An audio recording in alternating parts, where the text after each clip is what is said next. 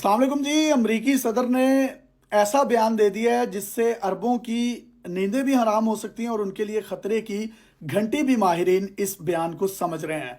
अमरीकी सदर जो बाइडन ने कहा है कि दहशतगर्द तंजीम हमास के जंगजुओं ने इसराइल पर हमला किया है और इस अलमनाक हमले के नतीजे में पूरी दुनिया की दहशतगर्द तंजीमें और दुनिया ये सुन ले कि अमरीका इसराइल के साथ खड़ा है और इसराइल की सालमियत पर जो हमला किया गया इस दहशतगर्द तंजीम की जानिब से इसराइल हक रखता है कि वो अपना दिफा करे। और इसने तंबी की है मुसलमान कंट्रीज़ को और इसराइल के जो हरीफ ममालिक हैं, दुश्मन ममालिक हैं, उनको कहा है कि वो इस सूरत हाल से फ़ायदा उठाते हुए इसराइल के ख़िलाफ़ किसी भी प्लानिंग या किसी भी इंतहाई कदम की तरफ ना वो बढ़ें। अदरवाइज़ दुनिया देख रही है। दुनिया कौन है? अमेरिका है।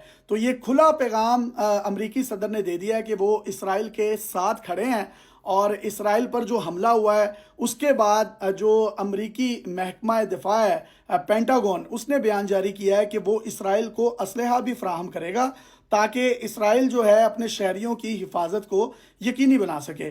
ये हमास के जंगजू जब दाखिल हुए तो आप ये बाढ़ देखिए अपनी स्क्रीन पर। ये एक बॉर्डर एरिया जो कि बॉर्डर बनाया गया है इसराइल और गज़ा के दरमियान, वो इसको तोड़ते हुए इसराइल में दाखिल हुए। उसके बाद शहर में जाकर इनके पुलिस के साथ मुकाबले हुए हैं जिसमें इसराइली पुलिस के कुछ अहलकार जो हैं उनको गोलियां भी लगी हैं, जिनको दूसरे पुलिस अहलकार उठा रहे हैं और उठाकर दूसरी तरफ लेकर जा रहे हैं। और ये जंगजू शहर में जो है अपनी गाड़ियों पे असलहा बरदार होकर एंटर हुए और उसके बाद इनके साथ जो है खाना जंगी स्टार्ट हो गई।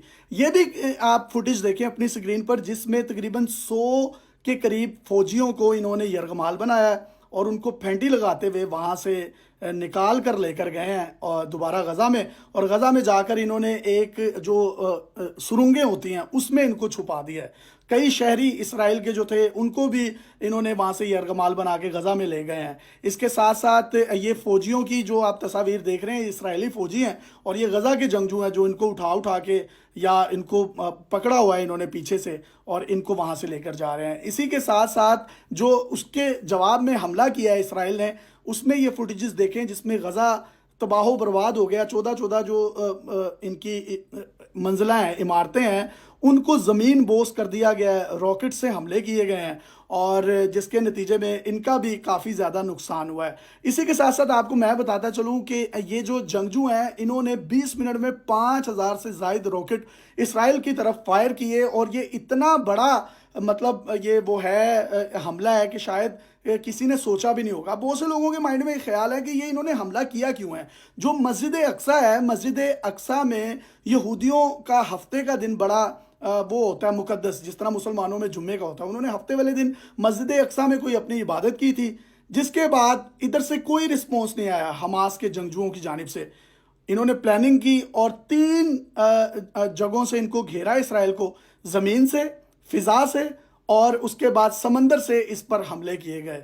और ये हमला इतना शदीद था इसराइल पर जिसके नतीजे में उसके दर्जनों शहरी हलाक हो गए और उसके कई फ़ौजी भी हलाक हुए और कई फ़ौजियों को उन्होंने फिर यरगमाल बना लिया, पुलिस के साथ मुकाबला किया। अब ये यरगमाल जिन लोगों को बनाया गया, जिन फ़ौजियों को, इसके बदले में ये इसराइल से कुछ अपने मुतालबात मनवाएंगे। इससे पहले भी मुतालबात मनवाए जा चुके हैं, जबकि इसराइली वज़ीर आज़म नेतन्याहू ने इसको हालत जंग करार देते हुए हालत जंग का ऐलान कर दिया है कि अब ये जंग है।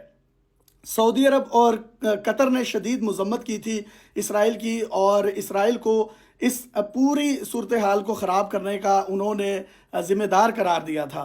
तो आज जब अमेरिका है वो इसराइल के साथ खड़ा हो गया तो ये सऊदी अरब और कतर को भी खुला पैगाम है कि वो अब मुकम्मल तौर पर इसराइल के साथ खड़ा है।